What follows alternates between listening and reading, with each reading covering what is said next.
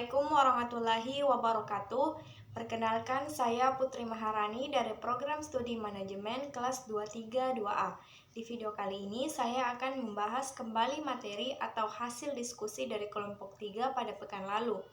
Adapun materinya yakni membahas tentang pengambilan keputusan yang etis. Assalamualaikum warahmatullahi wabarakatuh. Perkenalkan, saya Putri Maharani dari Program Studi Manajemen kelas 232A.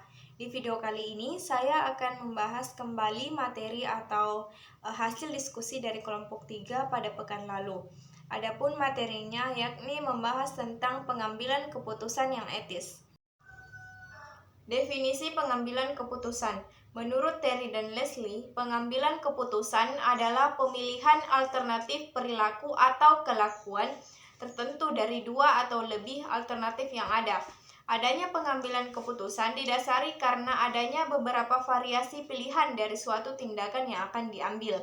Sementara menurut Siagian, pengambilan keputusan juga didefinisikan sebagai suatu pendekatan yang sistematis terhadap hakikat alternatif yang dihadapi dan mengambil tindakan yang menurut perhitungan merupakan tindakan yang paling cepat.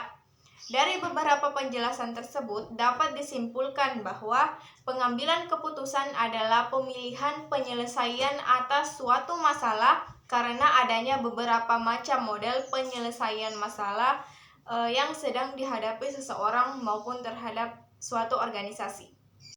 Adapun dasar-dasar pengambilan keputusan menurut Terry dan Leslie. Yang pertama yaitu intuisi, suatu proses bawah sadar yang timbul akibat pengalaman yang terseleksi. Pengambilan keputusan berdasarkan atas intuisi atau perasaan memiliki sifat subjektif sehingga mudah terkena pengaruh. Dan yang kedua, ada pengalaman. Pengambilan keputusan berdasarkan pengalaman memiliki manfaat bagi pengetahuan praktis. Karena pengalaman seseorang dapat memperkirakan keadaan sesuatu, dapat memperhitungkan untung atau ruginya, serta baik buruknya keputusan yang akan dihasilkan. Dan yang ketiga, fakta. Pengambilan keputusan ini dapat memberikan keputusan yang sehat, solid, dan baik. Dengan fakta, maka tingkat kepercayaan terhadap pengambilan keputusan dapat lebih tinggi, sehingga orang dapat menerima pengambilan keputusan yang dibuat dengan rela dan dengan lapang dada. Dan yang keempat, wewenang. Biasanya dilakukan oleh pimpinan terhadap bawahannya atau orang yang lebih tinggi kedudukannya kepada orang yang lebih rendah kedudukannya. Dan yang kelima, rasional. Pada pengambilan keputusan ini, keputusan yang dihasilkan akan bersifat objektif, logis, lebih transparan, konsisten untuk memaksimumkan hasil atau nilai dalam batas kendala tertentu, sehingga dapat dikatakan mendekati kebenaran atau sesuatu dengan yang diharapkan. Ada 3 unsur utama dalam pembuatan keputusan yang etis, yaitu yang pertama ada moral issue. Menyatakan seberapa jauh seseorang melakukan tindakan. Jika dia secara bebas melakukan itu, maka akan mengakibatkan kerugian atau harm atau keuntungan atau benefit bagi orang lain. Kedua adalah moral agent, yaitu seseorang yang membuat keputusan moral atau moral decision.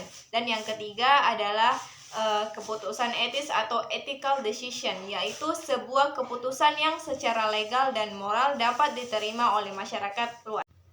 Adapun pemangku kepentingan yang terlibat dalam pengambilan keputusan yang beretika ini terdiri atas pengguna dan pelanggan, mitra usaha, pemegang saham, pekerja, pemerintah, masyarakat, lembaga non-pemerintah maupun lembaga swadaya masyarakat.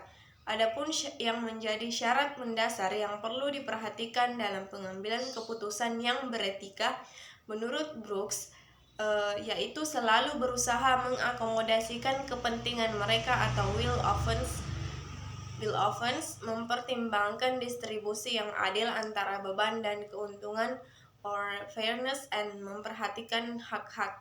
Dari pembahasan ini mengenai pengambilan keputusan yang etis, maka dapat disimpulkan bahwa pengambilan keputusan yang etis masih menjadi dilema bagi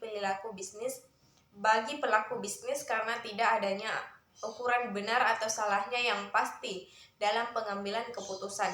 Tidak ada barometer yang bisa dijadikan patokan untuk menentukan apakah hasil keputusannya merugikan ataupun malah menguntungkan bagi pihak lain.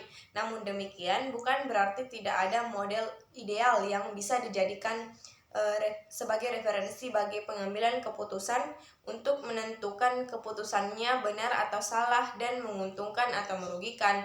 Pada intinya, keputusan yang etis adalah keputusan yang didasarkan pada moral dan nilai-nilai etika yang ada di dalam masyarakat.